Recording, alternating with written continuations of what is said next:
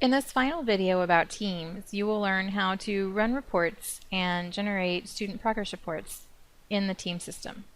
So you'll need to access the Teams system, just as we've been through before in previous videos. It's on the CFB portal page, which is cfbportal.org.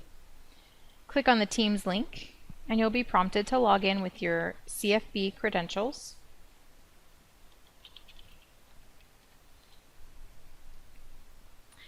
To run reports, you'll go to the Reports menu and My Reports profile.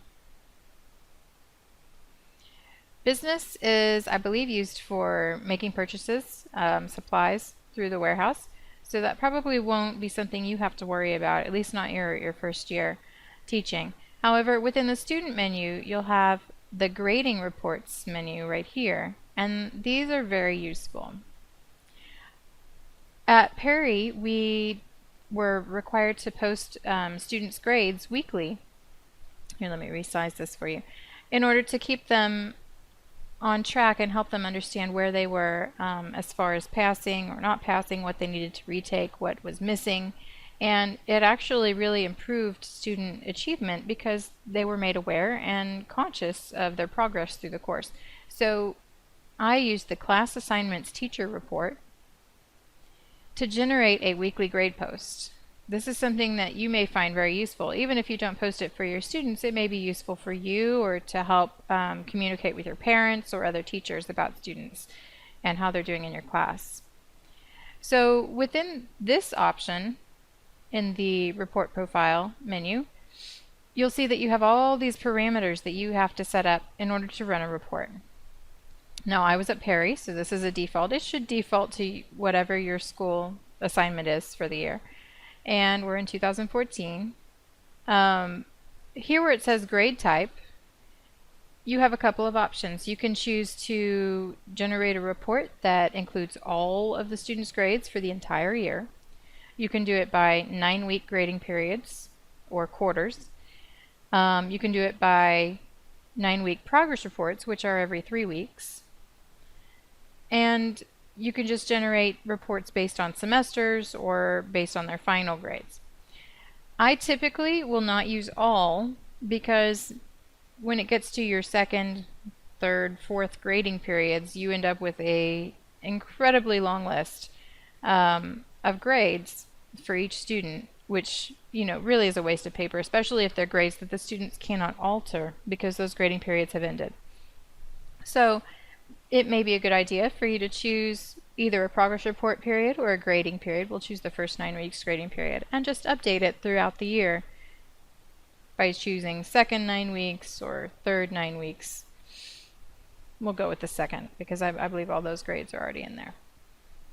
Okay, so then you can either choose to do it for specific students. Maybe a student has a question and they want to come see you after school or before school to see how they're doing in your class. You can type in their 6-digit ID and it will run a report just for them. Or if you want to do it for everyone in your class, you type all. If your class is, or your schedule is divided into periods, you can select a specific period that you want to run a report for. You can select a specific course. I'm going to choose 0628. This is assigned to my fundamentals class, or it was last year.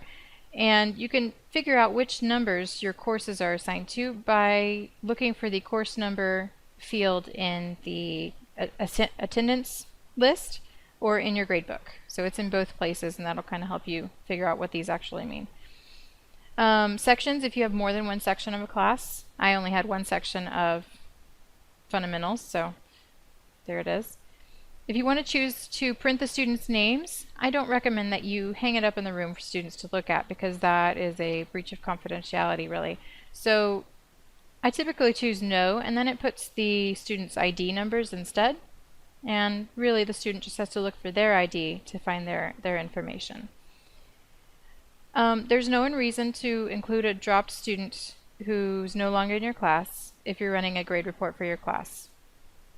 If you're going to an ARD, where a student was previously in your class and you need to provide grade information for the ARD committee, that might be a different situation, and you could choose yes, but typically I will choose no for this because that's not how I use these reports.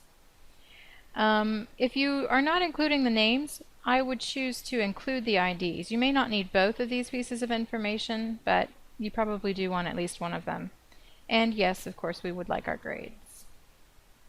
A running average is the average of the grades from day 1 to the current day that you're on when you're running your report.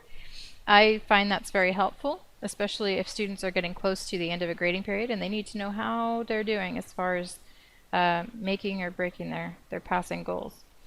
And sorting, you may want to sort it by your period sections or course sections. It depends on how your classes are organized, and you are more than welcome to play around with this. You cannot break teams by running reports. There's just nothing you can do wrong that will mess anything up. The worst thing that will happen is that you'll have to do it again. So if you take some time to really explore what the reports do and run a couple of them, it can really help you just get a better feel and become more comfortable with the system and what it can do for you. So I'm going to request that report. It's going to print it out as a PDF. I don't know if we have, yeah, you could also put it as an Excel spreadsheet. I guess it just depends on how you plan to use it. And nothing happened. Well, actually something did happen. Back here, up here at the top, you see the report queue. If we click there, it'll show all the reports that I've run.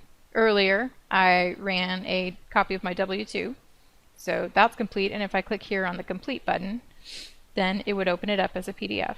And now, my report that I ran for my class is also complete.